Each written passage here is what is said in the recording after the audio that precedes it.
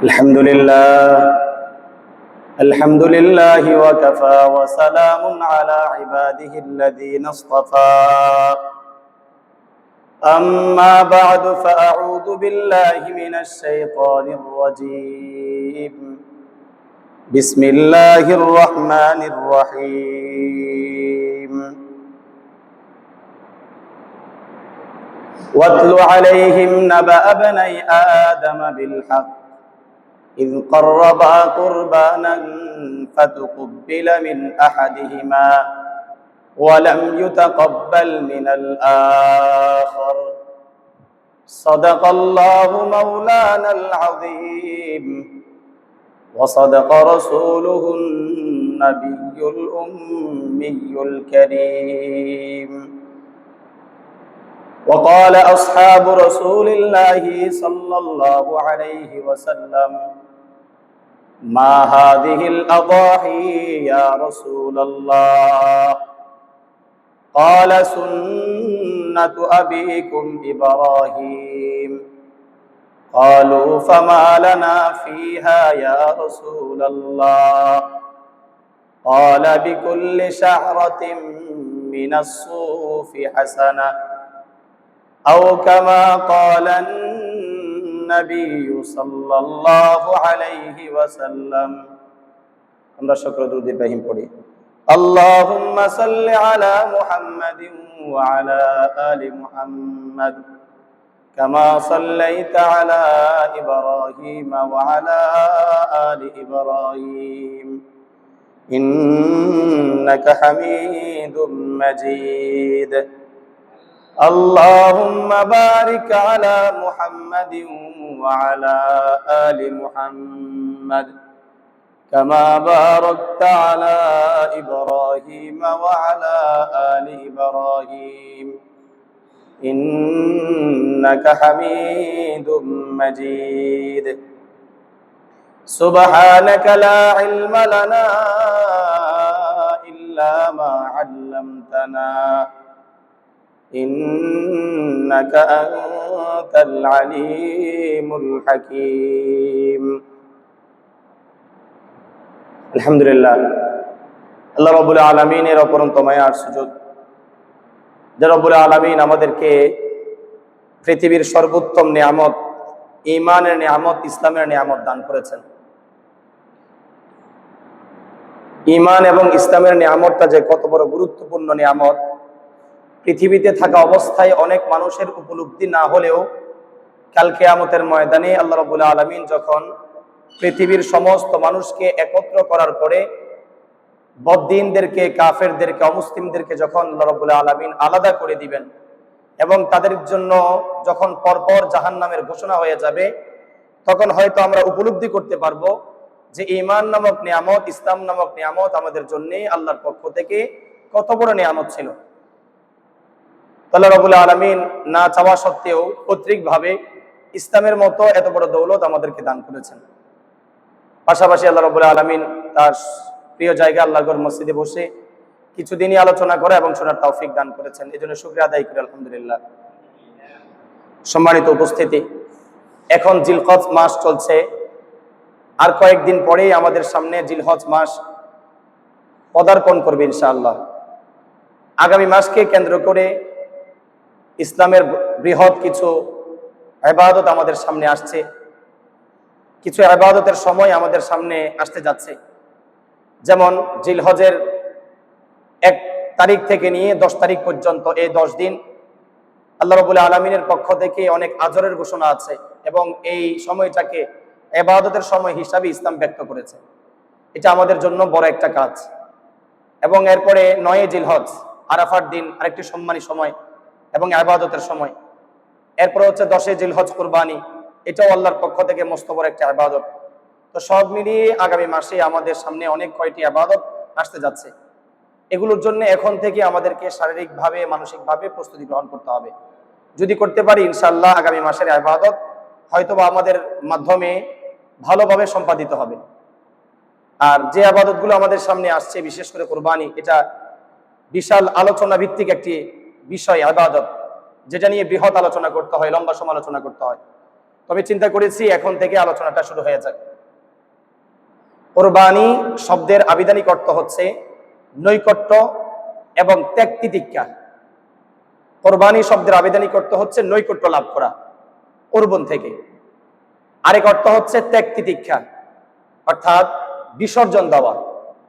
আল্লাহ রাব্বুল আলামিনের জন্য নিজের জান মালকে বিসর্জন দেওয়া, এটাকে কোরবানি বলা হয়।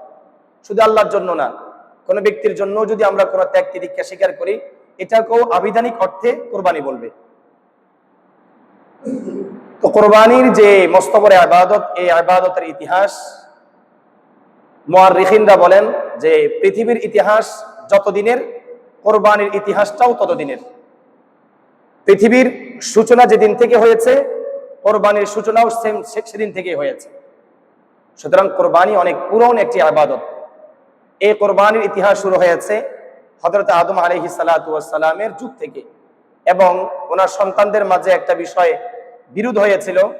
ওই বিষয়টা সমাধান করতে গিয়ে এই কোরবানির ইতিহাসটা শুরু হয়েছে।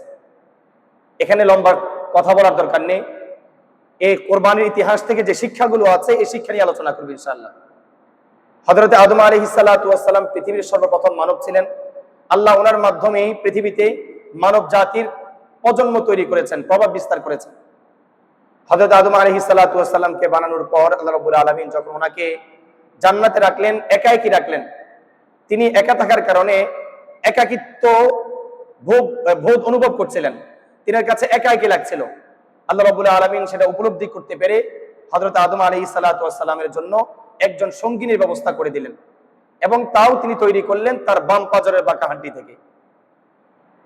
হযরতে ইবনে কাসির রাহমাতুল্লাহি আলাইহি তার তাফসীর ইবনে কাসিরের মধ্যে বলেন, আদম আলাইহিস সালাতু ওয়াস সালামকে আল্লাহ রাব্বুল আলামিন হঠাৎ করে ঘুম দিয়ে দেন। তিনি যখন গভীর ঘুমে আচ্ছাদিত হয়ে যান, তখন আল্লাহ রাব্বুল আলামিন ওনার বাম পাজরের বাঁকা হাড্ডিকে বের করে সেখান থেকে হযরত হাওয়া আলাইহিস সালাতু ওয়াস সালামকে তৈরি করেছেন। একই কথা আল্লাহ রাব্বুল আলামিন সূরা নিসার মধ্যে বলেছেন, ইয়া আইয়ুহান নাসুত্তাকু রাব্বাকুমুল্লাযী খালাকাকুম মিন নাফসিন ওয়াহিদা। আল্লাহ বলেন, হে ঈমানদারগণ শুনো, আমি আল্লাহ তোমাদেরকে এক আত্মা থেকে, একজন ব্যক্তি থেকে পৃথিবীতে সয়লাভ করিয়েছি। ওয়া খালাকা মিনহা যাওজাহা, এবং ওই ব্যক্তির স্ত্রীকে তার বাম পাজরের বাঁকা হাড্ডি থেকে বানিয়েছি। তো আদম আলাইহিস সালাতু ওয়াস সালামের জন্য আল্লাহ যে সঙ্গিনী বানিয়েছেন, তাকে আল্লাহ আদমের বাম পাজরের বাঁকা হাড্ডি থেকে বানিয়েছেন। আল্লাহর হাবিব সাল্লাল্লাহু আলাইহি ওয়াসাল্লাম ইরশাদ করেন, ফাইন্নাহুন্না খুলিকনা মিন দিলাইন। আল্লাহ রাব্বুল আলামিন মহিলাদেরকে বাম পাজরের বাঁকা হাড্ডি থেকে বানিয়েছেন। মহিলারা একটু বক্র হওয়া, একটু উগ্র মেজাজের হওয়া, কম বুঝা বা বেশি বুঝা, একটু তেড়া হওয়া, এটা তাদের গুণ, এটা তাদের দোষ না। কারণ আল্লাহ রাব্বুল আলামিন তাদেরকে সৃষ্টিগতভাবেই তেড়া করে বানিয়েছেন, তেড়া হাড্ডি থেকে তেড়া করে উগ্র করে বানিয়েছেন। রাসূল বলেন, ফাইন দাহাবতা তুকিমাহু কাসারতা। মহিলাদের স্বভাব হচ্ছে একটু তেড়া হওয়া, উগ্র হওয়া। সুতরাং তুমি যদি মাইট দিয়ে, আঘাত করে, অথবা তালাক দিয়ে তাকে শুধরাতে চেষ্টা করো, তাকে সামলাবার চেষ্টা করো, কাসারতাহু, তুমি তাকে হারিয়ে ফেলবে, ভেঙে ফেলবে। এদেরকে কৌশলে আল্লাহ রাব্বুল আলামিন 4টা কৌশল শিখিয়ে দিয়েছেন। ধাপে ধাপে নারীদেরকে শাসন করতে হবে। এই বিষয়ে আমি আলোচনা করেছি। নারীরা যখন কোনো অপরাধে লিপ্ত হবে, আল্লাহ যে 4টা কৌশল শিখিয়ে দিয়েছেন, এই 4টা কৌশলের মাধ্যমে ধাপে ধাপে তাদেরকে শাসন করতে হবে। একটা পর্যায়ে 4 নম্বর কৌশলে যখন আপনি পদার্পণ করবেন, এরপরেও যদি সে আপনার বশীভূত না হয়, আপনার আন্ডারে না আসে, কথা না শুনে, আল্লাহ রাব্বুল আলামিন তখন আপনাকে বলে দিয়েছেন তুমি তাকে তালাক দিয়ে দাও, কারণ এর সাথে আর হবে না। তো আলোচনা করছিলাম আদম আলাইহিস সালাতু ওয়াস সালাম পৃথিবীর সর্বপ্রথম মানুষ। আল্লাহ রাব্বুল আলামিন ইচ্ছা করেছিলেন যে তার মাধ্যমে পৃথিবীতে মানব জাতির প্রজনন সৃষ্টি করবেন, বংশধর জারি করবেন। এজন্য আল্লাহ রাব্বুল আলামিন হযরত আদম এবং হাওয়া আলাইহিস সালাতু ওয়াস সালামের গর্ভ থেকে প্রত্যেক বছর হাওয়ার গর্ভ থেকে 2 জন সন্তান, যমজ 2 জন সন্তান করে জন্মগ্রহণ করত, একজন ছেলে একজন মেয়ে। আর তখনকার শরীয়তের নির্দেশ ছিল যে 2 জন ভাই বোন একসাথে জন্মগ্রহণ করেছে একই উরুসে, তারা সহোদর ভাই বোন হিসাবে স্বীকৃতি পাবে। যদি পরের প্রজনন, অর্থাৎ পরের গর্ভে যে ভাই জন্ম নিয়েছে আর আগের গর্ভে যে বোন জন্ম নিয়েছে, তারা সহোদর ভাই বোন হিসাবে পরিচিতি পাবে না। এই সিস্টেম আল্লাহ রাব্বুল আলামিন চালু করেছিলেন মানব জাতির প্রভাব বিস্তার করার জন্য। তো সেই ধারাবাহিকতায় আদম আলাইহিস সালাতু ওয়াস সালামের একজন সন্তানের নাম ছিল কাবিল। সে যখন জন্মগ্রহণ করেছে, তার সহোদর বোন হিসাবে যে মেয়েটা জন্মগ্রহণ করেছিল, মুআররিখিনরা বলেন সে দেখতে অনেক সুন্দরী ছিল। আর কাবিল হযরতে আদম আলাইহিস সালাতু ওয়াস সালামের এক সন্তানের নাম। তিনি যখন জন্মগ্রহণ করেছিলেন তার সহোদর বোন একই গর্ভ থেকে যে মেয়েটা জন্মগ্রহণ করেছিল, মুআররিখিনরা বলেন সে দেখতে একটু বিশ্রী ছিল। অনেকে এদের নাম নির্দিষ্ট করেন। কেউ বলেন সুন্দরী যে ছিল তার নাম ছিল আকলিমা, আর যে বিশ্রী কুশ্রী ছিল তার নাম ছিল লিউজা। তো নিয়ম অনুসারে হাবিল বিয়ে করবে সুন্দরী বোনকে, আর কাবিল বিয়ে করবে তার কুশ্রী বোনকে, কারণ এটাই আল্লাহ রাব্বুল আলামিনের পক্ষ থেকে নিয়ম ছিল। কিন্তু কাবিল একটু দুষ্ট প্রকৃতির ছিল, কোনোভাবেই সে তার পরবর্তী উরুষের যে বোনটা ছিল লিউজা কুশ্রী যে ছিল তাকে বিয়ে করতে রাজি হচ্ছিল না। এ নিয়ে তাদের মধ্যে দ্বন্দ্ব হয়। আদম আলাইহিস সালাতু ওয়াস সালামের কাছে যখন এই বিষয়ে সমাধান চাওয়া হয়, তিনি আল্লাহর কাছে বিষয়টা স্পষ্ট করার জন্য আল্লাহর কাছে বলেন। আল্লাহ রাব্বুল আলামিন বলেন, আপনি এদেরকে কুরবানি করতে বলুন, এদেরকে কুরবানি করতে বলুন। এদের মধ্যে যার কুরবানি কবুল হবে আমি আল্লাহ তার জন্য সুন্দরী ওই আকলিমার ব্যবস্থা করে দিব, সে আকলিমাকে বিয়ে করবে। আর যার কুরবানি কবুল হবে না সেই কুশ্রী বিশ্রী ওই লিউজাকে বিবাহ করবে। তো এই কথা আল্লাহ রাব্বুল আলামিন সূরা মায়েদার মধ্যে বলেছেন। আল্লাহ বলেন, ওয়াতলু আলাইহিম নাবা আবনাই আদম বিল হক। হে নবী, আপনি বনি ইসরাঈলদের কাছে অর্থাৎ ইহুদিদের কাছে আপনি আদম আলাইহিস সালাতু ওয়াস সালামের দুইজন সন্তানের ঘটনা আপনি তাদের সামনে উপস্থাপন করুন। ইদ কাররাবা কুরবানা, যখন তাদের উভয়জনে কুরবানি করেছিল, আল্লাহর নির্দেশে উভয়জনে কুরবানি করলো। মুফাসসিরিনে কেরাম বলেন হাবিল একটি বকরি দ্বারা কুরবানি করেছিল, আর কাবিল কিছু শস্য কিছু ফসলি জিনিস দ্বারা সে কুরবানি করেছিল। ফাতুকুব্বিলা মিন আহাদিহিমা ওয়া লাম ইউতাকাব্বাল মিনাল আখার। আল্লাহ রাব্বুল আলামিন উভয় ভাই থেকে এক ভাইয়ের কুরবানি কবুল করলেন, অপর ভাইয়ের কুরবানি কবুল করলেন না। আল্লাহ বলেন, ইন্নামা ইয়াতাকাব্বালুল্লাহু মিনাল মুত্তাকিন। মানুষ কুরবানি করবে আর তার কুরবানি কবুল হয়ে যাবে, বিষয়টা তো সহজ না। আল্লাহ রাব্বুল আলামিন কেবলমাত্র মুত্তাকিনদের কুরবানি কবুল করেন, মুত্তাকিনদের ইবাদত আল্লাহ কবুল করেন। তাহলে ইবাদত কবুল হওয়ার জন্য, কুরবানি কবুল হওয়ার জন্য আল্লাহ শর্ত লাগিয়ে দিয়েছেন যে ইবাদতকারীকে অবশ্যই মুত্তাকি হতে হবে, অন্যথায় তার ইবাদত, তার কুরবানি, তার সাদকার কোনো মূল্য আল্লাহর কাছে থাকবে না। যখন কাবিলের কুরবানি কবুল হলো না, সে প্রতিহিংসায় ভাইয়ের উপর আক্রমণ করতে চাইলো, তাকে হত্যা করতে চাইলো। অন্য দিক থেকে হাবিল বলল, লা ইম বাসাত্তা ইলাইয়া ইয়াদাকা লিতাকতুলানি মা আনা বিবাসিতিন ইয়াদিয়া ইলাইকা লিআকতুলাক।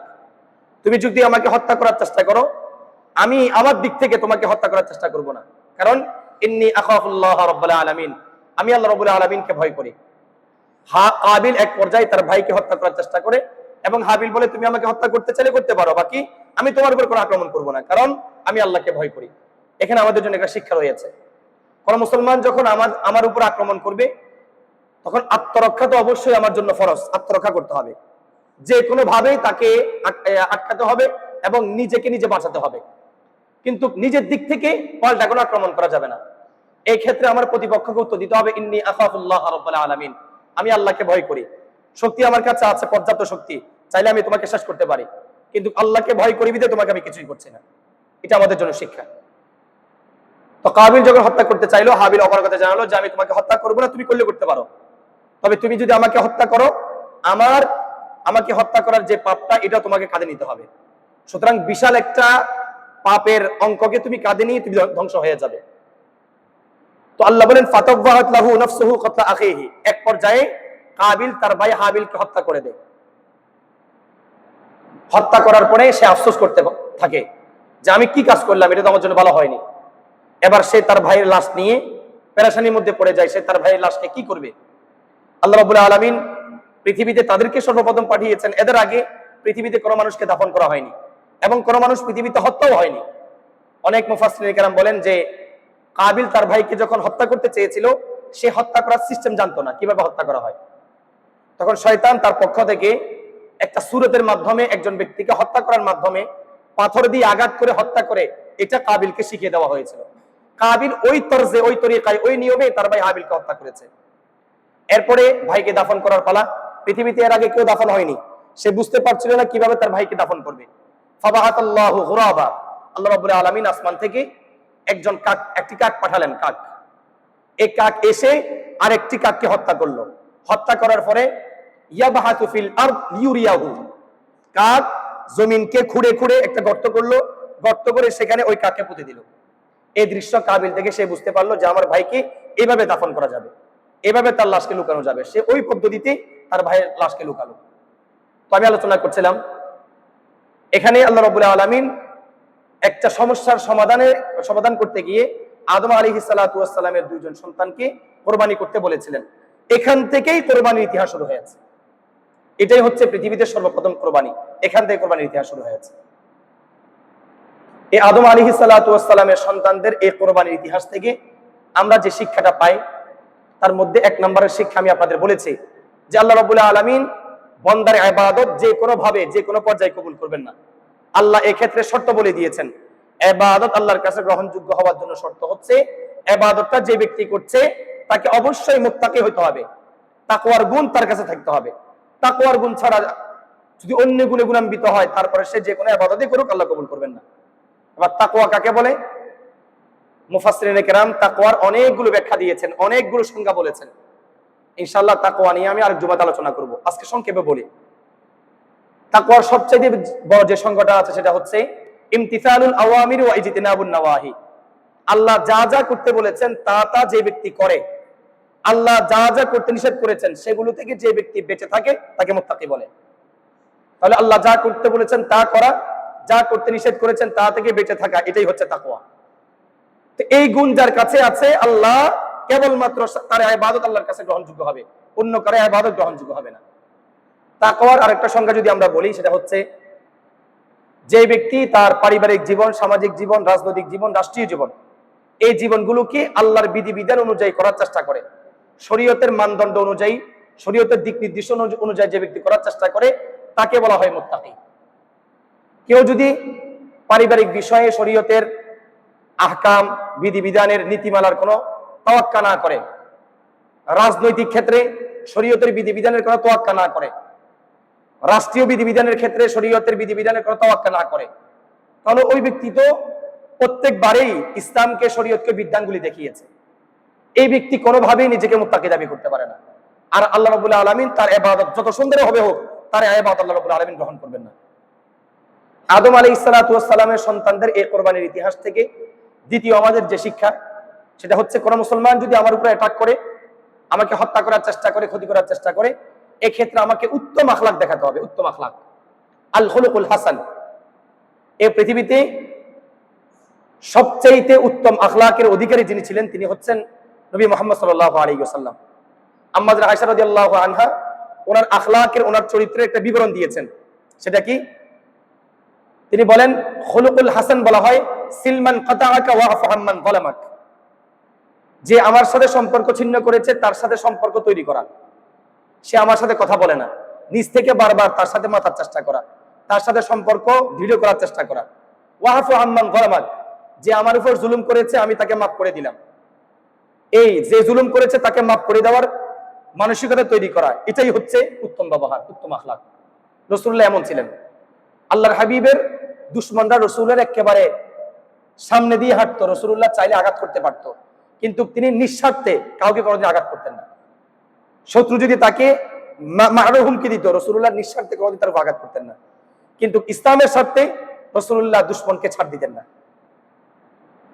তাহলে কোন মুসলমান যদি আমার উপর আঘাত করতে চায়, উত্তম ব্যবহার হবে তাকে মাফ করে দেওয়া এবং তাকে এই কথা বলা যে ভাই আমি চাইলে তোমাকে অ্যাটাক করতে পারি, তবে আমি আল্লাহকে ভয় করে আমি তোমাকে অ্যাটাক করবো না। এটা হচ্ছে ইসলামের উত্তম শিক্ষা। যদি কোনো মুসলমান আপনাকে মারতে আসছে আগ্নেয়াস্ত্র নিয়ে, আপনি যদি তাকে আগ্নেয়াস্ত্র নিয়ে মারতে যান, ইসলাম এই ক্ষেত্রে আপনাদের উভয়জনকে দোষী করেছে। রাসূল বলেন ইদাল তাকাল মুসলিমানি বিসাইফিহিমা ফাল কাতিল ওয়াল মাকতুলু ফিন্নার। কোন মুসলমান পারস্পরিকভাবে যদি দুইজন ঝগড়ার মধ্যে লিপ্ত হয় এবং উভয়জন যদি আগ্নেয়াস্ত্র নিয়ে হত্যা করার চেষ্টা করে, এই ক্ষেত্রে এবং একজন যদি নিহত হয়ে যায়, যে নিহত হয়েছে সেও জাহান্নামী, যে হত্যা করেছে সেও জাহান্নামী। সাহাবায়ে কেরাম জিজ্ঞেস করলেন ইয়া রাসূলুল্লাহ, যে হত্যা করেছে খুনি, সে জাহান্নামে যাবে এটা বোধগম্য, এটা বোঝা যায়, কিন্তু যাকে হত্যা করা হয়েছে সে কেন জাহান্নামে যাবে? রাসূল বলেন ওয়া হুয়া হারিসুন আলা আদমি আখিহি, সেও তার ভাইয়ের রক্তে পিপাসায় মাতাল ছিল, যদি তার কাছে শক্তি থাকতো সেও তার ভাইয়ের রক্তকে প্রবাহিত করতো, এই কারণে সেও দোষী। তাহলে আদম আলাইহিস সালাতু ওয়াস সালামের সন্তানদের কোরবানি থেকে আমাদের দ্বিতীয় শিক্ষা হচ্ছে কেউ যদি আমাকে মারতে আসে, অ্যাটাক করতে আসে, আমি তাকে নিষেধ করব এবং তাকে আমি এটা বলবো যে আমি আল্লাহকে ভয় করি। তৃতীয় নাম্বার, আমরা এখানে দেখতে পাচ্ছি যে একটা মেয়েকে কেন্দ্র করে একটা হত্যাকাণ্ড এখানে সংঘটিত হয়েছে। একটা মেয়েকে কেন্দ্র করে, নারীকে কেন্দ্র করে হত্যাকাণ্ড সংঘটিত হয়েছে। এর মানে আল্লাহ রাব্বুল আলামিন এখানে আমাদেরকে এই মেসেজও দিতে চাচ্ছেন যে এই পৃথিবীতে পুরুষদের জন্য সবচাইতে বড় ফিতনা হচ্ছে নারীর ফিতনা। এই বিষয়টা নিয়ে আমি কিঞ্চিত আলোচনা করব ইনশাআল্লাহ। আল্লাহর হাবিব সাল্লাল্লাহু আলাইহি ওয়াসাল্লাম আমাদেরকে 1450 বছর আগে বলে দিয়ে গেছেন যে আখিরুজ জামান যখন আসবে, একের পরে এক এই উম্মত ফিতনার মধ্যে নিমজ্জিত হতেই থাকবে, ফিতনা তাদের দিকে আসতেই থাকবে। আল্লাহর হাবিব এক হাদিসের মধ্যে বলেছেন, তাসবির ছড়া কেটে দিলে, রশি কেটে দিলে দানাগুলো একের পরে এক যেভাবে মাটিতে পড়তে থাকে, আখিরুজ জামানে যারা বসবাস করবে ফিতনাও তাদের উপর একের পর এক আসতে থাকবে। এই ফিতনার লেশ না কাটতে আরেক ফিতনা উপস্থিত হবে, ওটার লেশ না কাটতে আরেক ফিতনা উপস্থিত হবে। আর প্রত্যেকটা ফিতনা এই উম্মতের জন্য ঈমান বিধ্বংসী হবে, ঈমান ধ্বংস করে দিবে এমন হবে। এমন সময়, এক এক সময় এমন বড় বড় ফিতনা তাদের কাছে আসবে, রাসূল বলেন যে হাতে জ্বলন্ত কয়লা হাতে ধরে থাকা এটা সহজ মনে হবে, কিন্তু ওই ফিতনা থেকে নিজেকে রক্ষা করা কঠিন মনে হবে। এরকম বড় বড় ফিতনা আমাদের সামনে আসবে। এখন অমুসলিমদের চক্রান্তের মাধ্যমে, আমাদের ঈমানি দুর্বলতার কারণে আমাদের চারপাশ, সমাজের চারপাশ, আমাদের ঘরের চারপাশ, আমাদের রাষ্ট্রের চারপাশ ফিতনা দিয়ে ভরপুর, আল্লাহর নাফরমানি দিয়ে ভরপুর। নাফরমানি করতে চাইলেও করা যায়, না করার ইচ্ছে থাকলেও কেমন জানি পরিবেশ আমাকে নাফরমানি করতে বাধ্য করে। হাজারো বার ফিতনা থেকে বাঁচার চেষ্টা করা সত্ত্বেও ফিতনা থেকে বাঁচা আমাদের পক্ষে সম্ভব হয় না। হারাম, সুদ, ঘুষ আমাদেরকে এমন ভাবে ঘিরে ধরেছে, বাঁচতে চাইলেও বাঁচা যায় না, আবার দূরে সরে যাইতে চাইলেও জোর করে টেনে নিয়ে আসে। ইচ্ছা করলেও হারাম খাওয়া যায়, অনিচ্ছা সত্ত্বেও হারাম পেটে ঢুকে যায়। তো ফিতনা আমাদেরকে এইভাবে চারদিক থেকে বেষ্টন করে আছে। তবে রাসূলুল্লাহ সাল্লাল্লাহু আলাইহি ওয়াসাল্লাম বলেছেন, আমার উম্মতের জন্য শেষ জামানায় যে ফিতনাগুলো আসবে তার মধ্যে সবচাইতে ভয়ঙ্কর এবং ঈমান বিধ্বংসী ফিতনা হবে নারীর ফিতনা। রাসূল বলেন, মা তারাকতু বাদি ফিতনাতান আদাররা আলা রিজালি মিনান নিসা, আমি আমার বেসালের পরে, মৃত্যুর পরে আমার উম্মতের জন্য যে ফিতনাগুলো রেখে যাচ্ছি তার মধ্যে সবচাইতে ভয়ঙ্কর এবং ঈমান বিধ্বংসী ফিতনা হচ্ছে নারীর ফিতনা। নারীর ফিতনার চাইতে বড় বিধ্বংসী ভয়ঙ্কর করে ফিতনা আমি রেখে যাইনি। আল্লাহ রাব্বুল আলামিন পবিত্র কোরআনের মধ্যে নারীদের ফিতনাকে জঘন্য বলেছেন। আল্লাহ বলেন, ইন্না কাইদা কুন্না আযীম, নিঃসন্দেহে নারীর ফিতনা, নারীর ছলনা, নারীর ধোঁকা, নারীর চক্রান্ত ভয়ঙ্কর এবং বিশাল। যে জায়গাতে হাকামুল হাকিমিন নারীর ভয়ঙ্করকে বিশাল বলছেন, উনি যে জিনিসটাকে বিশাল বলেছেন এটা কত বেশি পরিমাণে বিশাল এবং বিধ্বংসী এবং বিষাক্ত হতে পারে একবার চিন্তা করে দেখেন। পবিত্র কোরআনে শয়তানের চক্রান্ত সম্পর্কে আল্লাহ আলোচনা করেছেন। সেখানে আল্লাহ রাব্বুল আলামিন আলোচনা করতে গিয়ে বলেছেন যে শয়তানের ধোঁকাবাজি, শয়তানের ফিতনা এগুলো হচ্ছে দুর্বল। শয়তানের ধোঁকাবাজি, ফিতনা, তার চক্রান্ত এত শক্তিশালী না। কিন্তু নারীর ক্ষেত্রে আল্লাহ বলছেন নারীর ফিতনা এবং নারীর চক্রান্ত হচ্ছে বিশাল। হযরত রাসূলুল্লাহ সাল্লাল্লাহু আলাইহি ওয়াসাল্লাম আরেক হাদিসের মধ্যে ইরশাদ করেন, আদ-দুনিয়া হুলওয়াতুন খাদিরাতুন ওয়া ইন্নাল্লাহা মুস্তাখলিফুকুম ফিহা ফায়ানজুরু কাইফা তা'মালুন ফাত্তাকুদ দুনিয়া ওয়াত্তাকুন নিসা।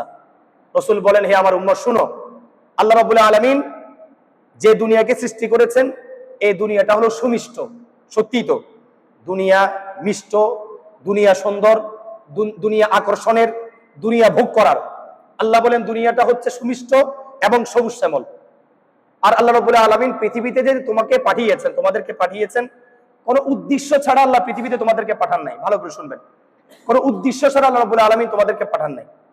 আমরা অনেকে মনে করছি যে আমাদের মা বাবার বিয়ে হয়েছে, ওনাদের সম্পর্কের মাধ্যমে আমাদের জন্ম হয়েছে, পৃথিবীতে আল্লাহ কিছুদিন হায়াত দিয়েছে, যে কদিন হায়াতে থাকবো একটা চাকরি করব বা একটা ব্যবসা করব এবং সেখান থেকে যা ইনকাম হবে নিজে বিয়ে শাদী করবো, ছেলে মেয়ে হবে, নিজেও খাবো, তাদেরকে খাওয়াবো, হায়াত শেষ হয়ে গেলে মারা যাবো।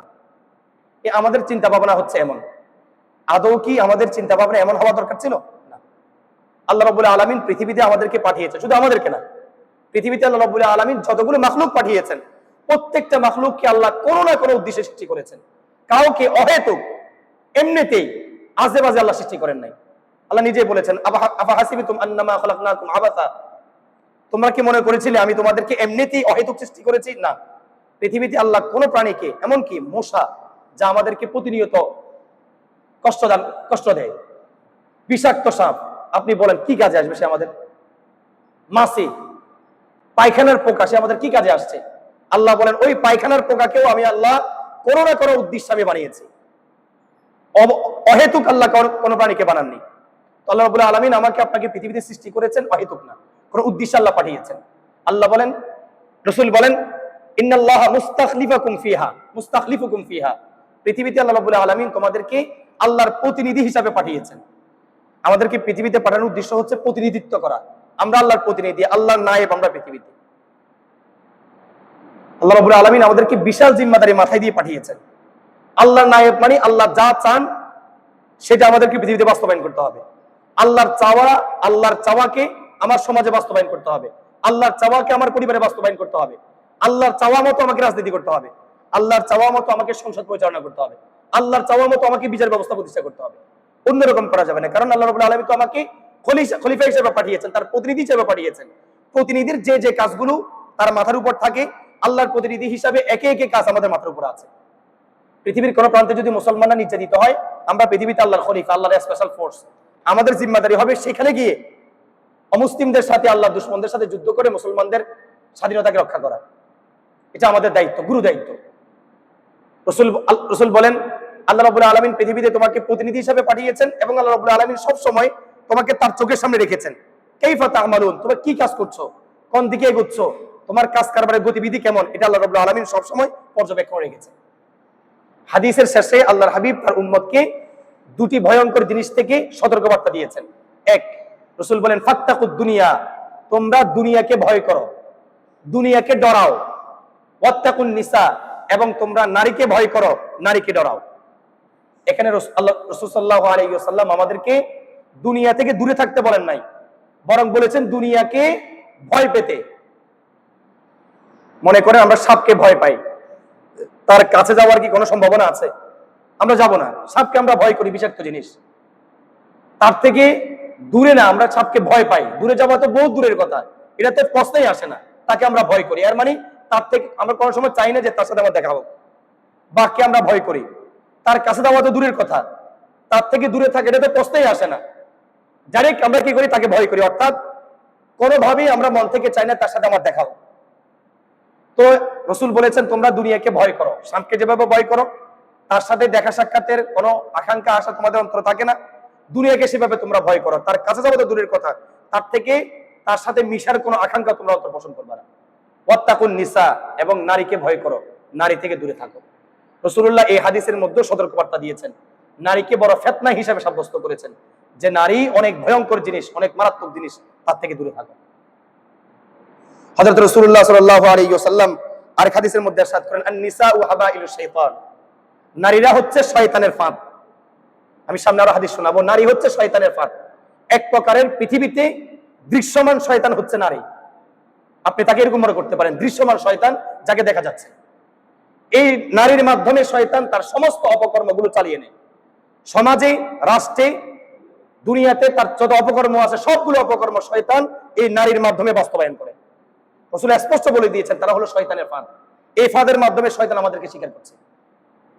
আল্লাহর হাবিব বলেন, আল মারআতু আওরাতুন ফাইদা খারাজাত ইস্তাসফাহা শাইতান, নারী হচ্ছে গোপন জিনিস। আরবিতে নারীর আরবি শব্দ হচ্ছে আওরাতুন। আওরাতুন শব্দের অর্থ হচ্ছে গোপন। ইসলাম নারীর নাম দিয়েছে এভাবে গোপন করে। রাসূল বলেন নারী হচ্ছে গোপন জিনিস। ফাইদা খারাজাত ইস্তাসফাহা শাইতান, নারী যখন ঘর থেকে বের হবে শয়তান তাকে আরো সুন্দর সুন্দর করে তোলে, তার দৃষ্টি, তার লোভনীয়তা আরো সৌন্দর্য করে তোলে। পুরুষ যখন তাকে দেখে তখন পুরুষের কাছে তাকে খুব বেশি সুন্দর মনে হয়। এটা শয়তানের একটা ফাঁদ, এটা শয়তানের একটা চক্রান্ত। নারীকে ঘর থেকে বের হওয়ার পরে তাকে সৌন্দর্য করে তোলা। একটা বোরকা পরা মেয়েকে দেখলে সুন্দর লাগে, যদি মেয়েটা মোটামুটি বোরকাটা যদি একটু আটোসাটো হয়, একটু টাইট হয়, আর একটু বেশি সুন্দর লাগে। যদি বোরকা ফেলে দিয়ে জিন্স প্যান্ট পরিধান করতে পারে, আর একটু বেশি সুন্দর লাগে। তো শয়তান এভাবে নারীকে উলঙ্গ করে করে শুধু পুরুষের কাছে তাকে আরো সৌন্দর্য করে তুলছে, যাতে করে পুরুষ তাকে দেখে ফিতনার মধ্যে নিমজ্জিত হয়। আল্লাহ হাবিব সাল্লাল্লাহু আলাইহি ওয়াসাল্লাম ইরশাদ করেন, ইন্নাল মারআতা তুকবিলু ফি সূরাতিশ শাইতান ওয়া তুদবিরু ফি সূরাতিশ শাইতান। শয়তান যখন মানুষের সামনে আসে তখন নারীর ভেষে আসে, যখন তার থেকে বিদায় নেয় তখন নারীর ভেষেই তার থেকে বিদায় নেয়। বুঝেন নাই? সামনে আমিও ব্যাখ্যা করছি। যখন তার কাছে আসে নারীর ভেষে তার কাছে আসে, মানে বললাম একটা পৃথিবীতে জ্বলন্ত শয়তান, দৃশ্যমান শয়তান নারীর ভেষে আসে, আবার নারীর ভেষে মানুষ থেকে বিদায় নেয়। এবার বিষয়টা আপনাকে বুঝেই বলি যে রাসূলুল্লাহ এতগুলো হাদিসের মধ্যে, আল্লাহ কোরআনের মধ্যে নারীকে পৃথিবীর সবচেয়ে বিষাক্ত এবং ভয়ঙ্কর ফিতনা কেন বলেছেন। আজকে আপনি দেখেন, একজন পুরুষ সে হারাম খাচ্ছে, চুরি করছে, ডাকাতি করছে, আপনি পিছনে তদন্ত করে দেখেন কি কারণে? নারীর কারণে না। ঘরের মধ্যে যে নারী সেই ঘরে তুলেছে, নারী বেশি ওভার স্মার্ট, বাংলা খাবার ভালো লাগে না, সবসময় চাইনিজ খাবার খাওয়া লাগে। স্বামীর কামাই রুজি হচ্ছে মাসে 20,000 টাকা ইনকাম, তার স্ত্রীর চাহিদা হচ্ছে মাসে 40,000 টাকা। এবার এই পুরুষ ঘোষ খাচ্ছে, সুদ খাচ্ছে, বিভিন্ন হারাম জায়গাতে সে দৌড়ে বেড়াচ্ছে। কেন? এই নারীর স্বাদ পূরণ করার জন্য না, তার আশা আকাঙ্ক্ষা, তার চাহিদা পূরণ করার জন্য না। এই পুরুষকে যে আল্লাহর নাফরমানিতে লাগিয়ে দিয়েছে কে? নারী। এই নারীর চাহিদা পূরণ করতে গিয়ে সে অন্যের মাথায় বাড়ি দিয়ে টাকা আনতেও সে দ্বিধা করছে না, অন্যের সম্পদ মেরে দিতেও সে দ্বিধা করছে না। কি এতিমের মাল, মাদ্রাসার মাল, নাকি মসজিদের মাল, না গরিবের মাল, কোনো চাওয়ার টাইম নেই। বস্তার টাকা দরকার, ঘরের মধ্যে চাহিদা বেশি, সে টাকা আর্ন করছে। এই যে পৃথিবীতে ফিতনা ছড়াচ্ছে, এই ফিতনার পিছনে মূল কাঁটি হচ্ছে নারী, নারীর ফিতনা। আজকে আপনি জেলখানায় গিয়ে দেখেন, যারা যারা এখানে জেলে গিয়েছেন তারা দেখবেন, জেলের মধ্যে যদি 100 জন অপরাধী থাকে, 100 জনের মধ্যে প্রায় 40 জন হচ্ছে নারীর ফিতনা, নারীর মামলায় আসছে। 40 জনে দেখবেন নারীর মামলায় আসছে। কি হয়েছে? দর্শনের মামলা দিচ্ছে স্ত্রী। কি হয়েছে? প্রেমিকা প্রেমের প্রস্তাবে রাজি হয় নাই, দর্শনের মামলা দিয়ে ঢুকাইছে। কি হয়েছে? নারীর সাথে ধরা পড়ছে, দর্শনের মামলায় ঢুকাইছে। এই যে পৃথিবীতে আরো যত কিছু হচ্ছে, সব জায়গাতেই নারীর ফিতনার কারণেই আজকে পৃথিবীতে বিশৃঙ্খলা হচ্ছে। এই জন্য রাসূলুল্লাহ বারবার আমাদেরকে নারীর ফিতনা সম্পর্কে সতর্ক করেছেন। আর এই বিশ্ব আল্লাহর দুশমন যারা আছে, এন্টি মুসলিম যারা আছে, পুরো বিশ্ব, বিশেষ করে খ্রিস্টান এবং ইহুদিরা, তারা মুসলমানদের ঈমানকে হরণ করার জন্য সবচাইতে বড় অস্ত্র হিসাবে যে জিনিসটাকে ব্যবহার করছে, সেটা হচ্ছে নারী। আপনি আজকে মিডিয়াগুলো দেখেন, মিডিয়াতে আপনি ঢুকলেই, এটা আপনার মেয়ে দেখার ইচ্ছা থাকুক বা না থাকুক, একটা আল্লাহর ওলির বয়ানের মধ্যে আপনি ক্লিক করেছেন, ওয়াজ আসার আগে, বয়ান শোনার আগে এখানে নারীর একটা অ্যাড আসবে। কি বলেন? একটা সোশ্যাল মিডিয়ার যে কোনো একটা অ্যাপস আমরা ওপেন করলে সেখানে নারীর ছবি, এমনকি 2 টাকা দামের যে শ্যাম্পু আছে সেখানেও নারীর ছবি। তো এইভাবেই তারা মিডিয়াগুলোকে এবং পুরো আমাদের সমাজ ব্যবস্থাকে, সিস্টেমটাকে নারী দিয়ে, নগ্ন নারী দিয়ে তারা সাজিয়েছে। আজকে বড় বড় যারা ব্যক্তিত্ব আছে তারা তাদের জায়গা থেকে সৎভাবে কাজ করতে পারে না, কারণ যে কোনো না যে কোনো একভাবে তাদেরকে তারা অমুসলিমরা বা দুশমনরা নারীর ফাঁদে ফেলেছে। নারীর ফাঁদে ফেলে তারা তাদের গোপন রহস্যগুলো, গোপন কার্যকলাপগুলো ভিডিও করে এবার ব্ল্যাকমেইল করে করে আর সৎ কাজ করতে দেয় না, অসৎ কাজ করছে। আগামী গত সময়ে আওয়ামী লীগের যে সমস্ত গুন্ডারা ছিল, যে সমস্ত মন্ত্রী এমপিরা ছিল, এই সকলেই এরকম ব্ল্যাকমেইলের শিকার ছিল। ভালো কাজ করার ইচ্ছে থাকলেও করতে পারতো না।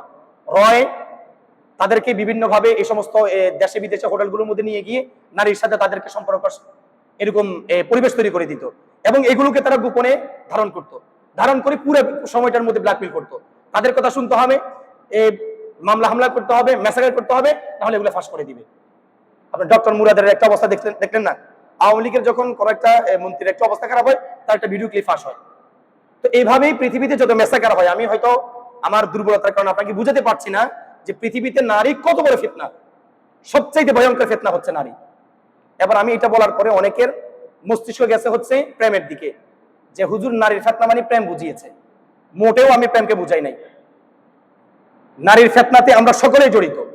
আর আমি এখানে ফিতনা হিসাবে ওই সমস্ত নারীদেরকে আখ্যা দিচ্ছি, ওই সমস্ত নারীদেরকে আমি ফিতনা বলছি যে সমস্ত নারীরা দয়ুস, দিনদার, নেককার নারীরা কোনোদিন ফিতনা নয়, বরং তারা আল্লাহর পক্ষ থেকে আমাদের জন্য বড় নিয়ামত। আমি ওই সমস্ত নারীদেরকে ফিতনা বলছি যারা দয়ুস, যারা পর্দা করে না, যারা টিকটক চালায়, টিকটক করে, যারা উলঙ্গভাবে বাজারে বাজারে ঘুরে, যারা স্বামী ছাড়া অন্যের সাথে পরকীয়া করে, যারা স্বামী ছাড়া অন্যের সাথে বিভিন্ন ট্যুরে যায়, আমি এই সমস্ত নারীকে ফিতনা বলছি। এরাই হচ্ছে আমাদের জন্য ভয়ঙ্কর বিষয়। এবার আমি আরো যদি স্পষ্ট বলি, আমার যে মা দয়ুস, আমার মা যদি পর্দা না করে, আমার মাও আমার জন্য ফিতনা। কারণ আমার মার বেপরদেগিরি এক সময় আমার মাকে অথবা আমাকে শয়তান ফুসলিয়ে আমাদের মধ্যে কোনো বিপদ ঘটাতে পারে না? পৃথিবীর ইতিহাসে কি এরকম ঘটে নাই? প্রতিনিয়ত ঘটছে। ছেলে মার সাথে জানা করছে, মা ছেলের সাথে জানা করছে। তাহলে আমার মা যদি বেপরদা হয়, সে আমার জন্য ফিতনা। আমার বোন যদি বেপরদা হয়, সে আমার জন্য ফিতনা। কোনো না কোনো সময় শয়তান দুষ্কৃতি করে, সে ধোকায় ফেলে আমাকে আমার বোনকে জানার মধ্যে লিপ্ত করাতে পারে। আমরা যারা মুরব্বী টাইপের আছি, আমরাও এই ফিতনা থেকে নিরাপদ না। মানুষ যত বুড়া হয়, তার মনের চাহিদা তত বেশি চাঙ্গা হয়। যুবকদের কাছে মনের চাহিদাও আছে, শারীরিক শক্তিও আছে। মুরব্বীদের কাছে শারীরিক শক্তি চলে গেছে, মনের চাহিদা দিন দিন শুধু বাড়তেছে। যত বেশি বুড়া, মনের চাহিদা তত সুন্দর। তো এরাও এই সমস্ত ফিতনার মধ্যে আরো বেশি নিমজ্জিত। আমি যদি একটা মেয়ের সাথে কথা বলি, আপনারা সবাই মাইন্ড করবেন, এই আমাদের মুস্তাফিজ খতিব সাহেব মেয়ের সাথে কথা বলতেছে, অসম্ভব, এটি কেমন হইলো? কিন্তু আমাদের এলাকার যিনি মুরব্বী, হাঁটতে পারতেছে না, উনি যদি কোনো মেয়ের সাথে কথা বলে, আপনি একদম মাইন্ড করবেন না। কিন্তু না, মুরব্বী মানুষ, কলি কিছে। আবার আমাকে যদি আপনি কোন একটা মেয়ের ঘরে দেখেন, এ হুজুর আপনি কিছু একটা করছেন, অবশ্যই, নাহলে আপনি এখানে গা। যদি একজন মুরব্বীকে ওই মেয়ের ঘরে দেখেন, আপনি মাইন্ড করবেন না, কারণ মুরব্বী মানুষ কি করবে করতে। তা তাদের জন্য এই সমস্ত ফিতনার মধ্যে জড়িত হওয়ার সুযোগ আরো বেশি, কারণ মোটেই মানুষ তাদেরকে মাইন্ড করে না, আরো বেশি সুযোগ আছে তাদের ফিতনার মধ্যে জড়িত হওয়ার। আমি আমার পাশের ঘরের মহিলা, যার সাথে আমার দেখা দেওয়া জায়েজ নাই, আমি তার সাথে কথা বলছি, ফিতনা। যে কোনো সময় সে আমাকে ঈমানকে হরণ করতে পারে। আমি তার সাথে শারীরিক কোনো সম্পর্কে জড়িত হলাম না, তার দিকে তাকাচ্ছি যে চোখে জানা হচ্ছে না, তার সাথে কথা বলছি মুখে জানা হচ্ছে না, তাকে স্পর্শ করছি হাতে জানা হচ্ছে না। আমাদের মুরব্বীরা ফুতের বউ অর্থাৎ নিজের বৌমাদেরকে কোনো দিকে যাওয়ার সময় ফিটে হাত বুলাই দেয়, আসার পরে ফিটে হাত বুলাই। আল্লাহ এবং তার রসুলের দৃষ্টিতে আপনি বড় লুচ্চা। কে অধিকার দিয়েছে আপনার বৌমার গায়ে হাত দেওয়ার জন্য? আপনাকে তার আত্মীয় স্বজন, তার দূরবর্তী আত্মীয় স্বজন কেউ একটা আসছে, ফিটে হাত বুলাইতেছে। কেয়া ইসলাম কি, পৃথিবীর সমস্ত মানুষ কি এই হাত বুলাই দেওয়ার আদর করার দায়িত্ব আপনাকে দিয়ে দিয়েছে? সবাই আপনার কি জন্য হাত বুলাইতে হবে? আর এই অধিকার কে দিয়েছে? আপনি কি হরমতে মুসাহারার মাসালা জানেন? হরমতে মুসাহারার মাসালা বড় মারাত্মক।